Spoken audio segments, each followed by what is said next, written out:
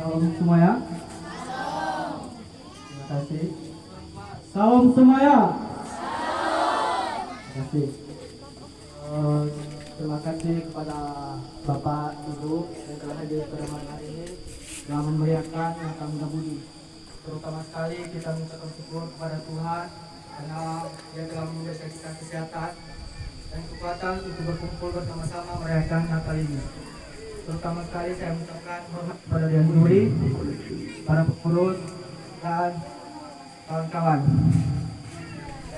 Saya di sini berdiri membawakan ayat Alkitab yang diambil dari 2 Korintus pasal 13 ayat 11 dan inilah bunyinya. Akhirnya, saudara-saudaraku, bersukacitalah, usahakanlah dirimu supaya sempurna.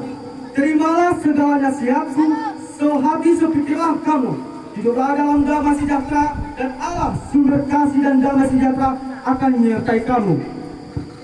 Dalam ayat ini, kita bisa mendapatkan poin, yaitu 6 buah. Poin ini menurut versi saya sendiri yang sudah saya rangkum. Terutama sekali saya minta maaf apabila poin yang saya bawakan ini ada sedikit kesalahan. Maklumi saya perdana untuk para Bapak Ibu sekalian.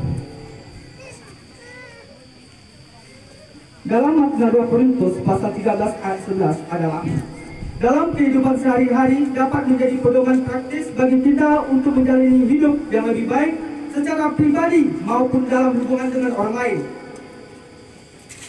Dalam ayat ini Paulus mengingatkan pentingnya kerendahan hati untuk menerima arahan dan koreksi yang membangun.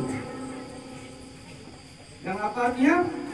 Paulus mengingatkan pentingnya kerendahan hati untuk menerima arahan dan koreksi dan membangun. Yang kita tahu, manusia ini banyak sifat egoisme, dan kesombongan.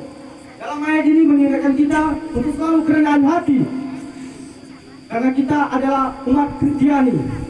Dalam hubungan sekarang, sikap Kristiani sangat susah dilakukan. Karena apa?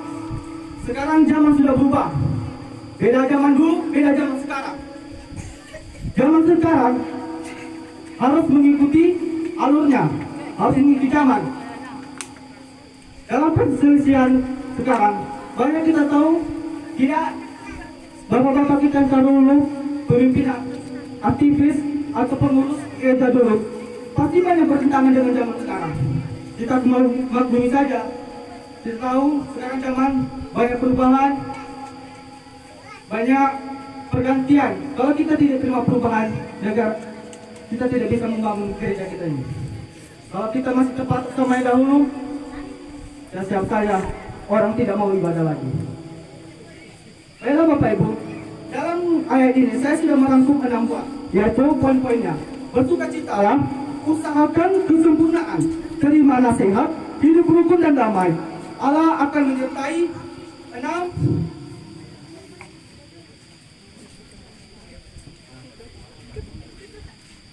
6 janji Allah. Poin pertama, bersukacitalah.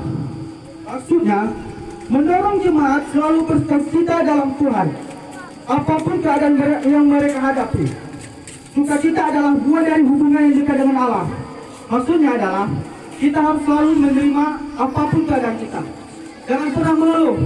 Walaupun kita tahu kehidupan di PT ini sangat susah, tapi yang harus kita satu ingat, Tuhan tidak pernah berpaling dari kita. Walaupun kita pendosa, ingat itu. Tuhan tidak akan pernah berpaling dari umatnya. Selagi masih di jalan Tuhan, tetap di jalan Tuhan. Kedua, usahakan kesempurnaan. Maksud dari kesempurnaan tidak sempurna dalam segala hal.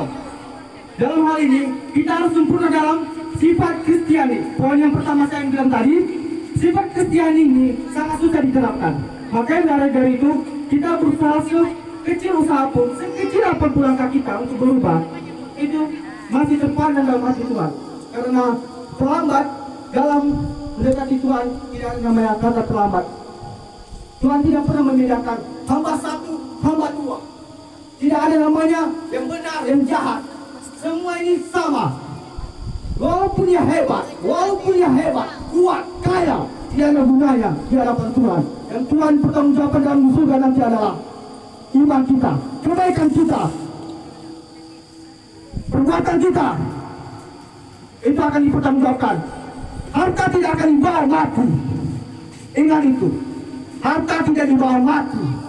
Walau kalian kumpuli harta segala macam pun, sekaya apapun, walaupun kalian munafik, apa akibatnya? Neraka. Walaupun saya berdiri sini, saya tetap orang munafik. Saya bukan orang baik. Saya jujur, saya munafik. Saya di sini tujuh pokok maaf. Ini kesempatan saya untuk sama-sama berubah. Saya hanya manusia biasa. Tidak bisa lebih dari segala pun. Kesempurnaan hanya untuk Tuhan. Tidak ada yang sempurna di dunia ini.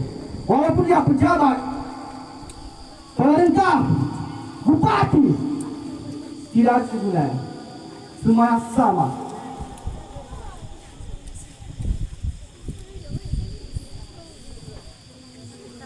Jadi, poin ketiga, terima nasihat.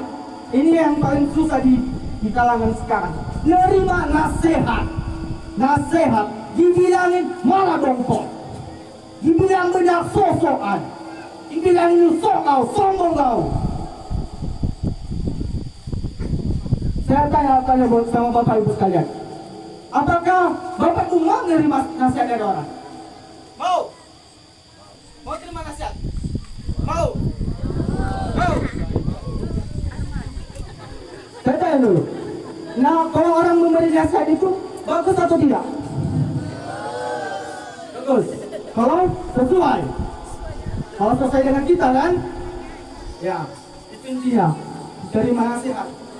Maksud dari nasihat inilah mengingatkan yang pentingnya kerendahan hati, menerima arahan dan koreksi membangun. Ini poin yang saya bilang tadi. Kita harus sama-sama menerima nasihat dari bapak-bapak kita. Walaupun itu memang bertentangan, ya gimana lagi? Kita ini kan harus menghormati yang lebih tua. Terima saja. Kita hanya membangun dan koreksi apa yang telah terjadi pada bapak-bapak sekalian. Poin keempat, hidup rukun dan damai. Kehidupan bersama di dalam Kristus harus mencerminkan persatuan, kasih dan harmoni. Ketika jemaat hidup dalam perdamaian, itu menunjukkan Allah bekerja di tengah mereka. Maksudnya, hidup rukun dan damai. Kalau kita rukun, hidup damai, sejahtera, siapa Tuhan yang tidak senang melihat hamba-hambanya rukun, tidak membeda-bedakan. Ini gereja satu, gereja sana. Apa perbedaannya? Tidak ada. Satu kalian sembah Tuhan. Ingat itu. Tuhan yang kalian sembah, tidak ada perbedaan. Perbedaan itu menghancurkan agama kita. So, perbedaan ini bisa saja jadi bumerang bagi orang-orang yang tidak suka dengan kita. Ingat itu baik-baik. Bagi bapak-bapak sekalian, kalau tidak mau menerima perbedaan, nah, tidak maju kita. No. Tidak maju. Perbedaan itu, ya, namanya dunia. Perbedaan satu sama yang lain. Tidak mungkin ada yang nama perbedaan. Waktu tinggal 1 menit lagi. Oke. Jangan percepat saja. Yang kelima, Allah akan menyertai. Maksudnya, menegaskan bahwa kasih dan damai sejahtera berasal dari Allah. Jika sedang hidup sesuai dengan nasihat, pernyataan yang akan nyata dalam kehidupan mereka. Kalau kita hidup dalam pernyataan Allah, kita akan damai. Baiklah Bapak Ibu, baiklah ikuti kata-kata saya ini sekalian. Kesempurnaan bukan berarti tanpa celah. Kesempurnaan bukan arti tanpa celah. Kesempurnaan bukan tanpa celah. Tetapi usaha untuk terus bertumbuh dalam kasih dan damai. Sekian.